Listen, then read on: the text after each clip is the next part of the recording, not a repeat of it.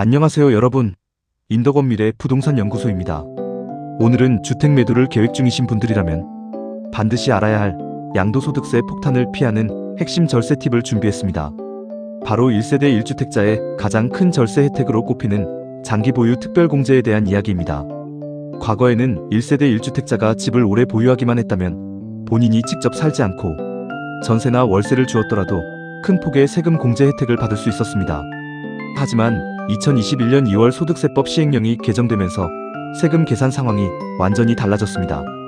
이제는 파격적인 세제 특례를 받으려면 보유기간 중 2년 이상 직접 거주해야 한다는 엄격한 실거주 요건이 추가된 것입니다.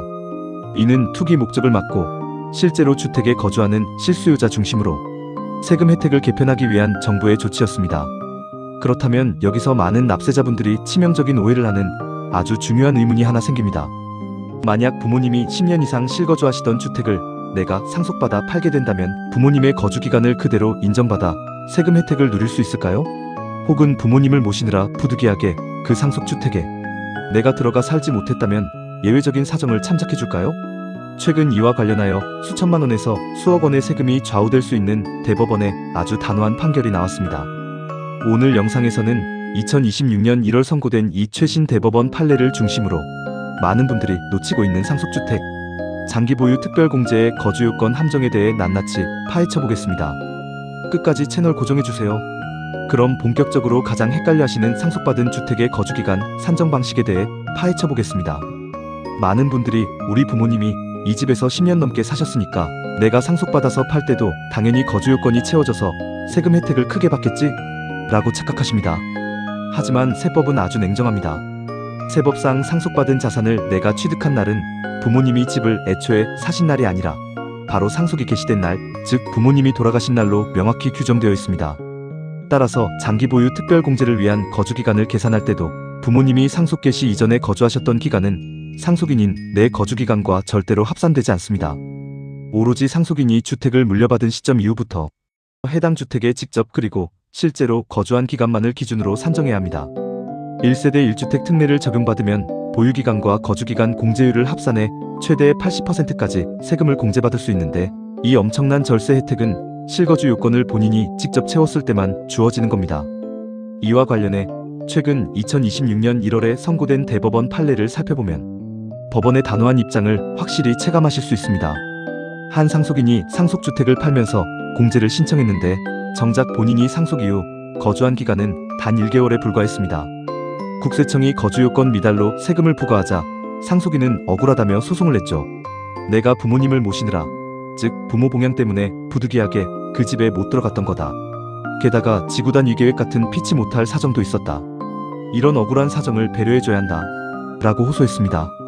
하지만 대법원은 이 주장을 단호하게 모두 배척했습니다.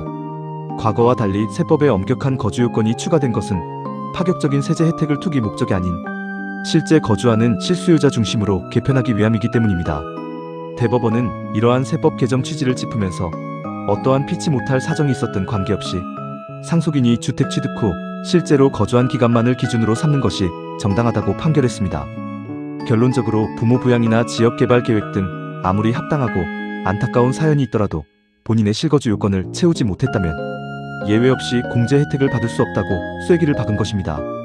수천만 원에서 수억 원의 세금이 좌우되는 문제인 만큼 절대로 감정이나 막연한 기대로 접근해서는 안 된다는 사실을 이번 판례가 아주 잘 보여주고 있습니다. 그렇다면 오늘 내용의 결론과 여러분의 소중한 자산을 지키기 위한 실질적인 제언을 정리해드리겠습니다. 첫째, 상속주택을 매도하여 양도소득세를 신고할 계획이시라면 무엇보다 본인의 실제 거주기간을 가장 먼저 확인하셔야 합니다. 부모님이 과거에 아무리 오래 그 집에 사셨더라도 그 기간은 자녀의 절세 혜택에 전혀 합산되지 않는다는 사실을 명심하십시오. 반드시 상속 개시일 이후부터 상속인 본인이 직접 주택에 거주한 기간이 2년 이상이어야만 거주기간에 따른 추가 특별공제 혜택을 온전히 누리실 수 있습니다. 둘째, 어떠한 피치 못할 사정도 세법 앞에서는 예외가 될 수 없음을 인지하셔야 합니다. 부모님을 부양하느라 다른 곳에 살았다, 혹은 지구단 위계획 때문에 도저히 들어갈 수 없었다 등 아무리 합리적이고 억울한 개인적 사유가 있더라도 세무당국과 대법원은 이를 절대 배려해주지 않습니다.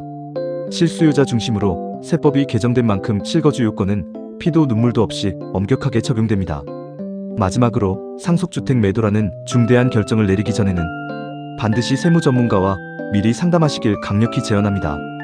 양도소득세는 계산 방식에 따라 수천만 원에서 많게는 수억 원까지 세금 차이가 발생할 수 있습니다.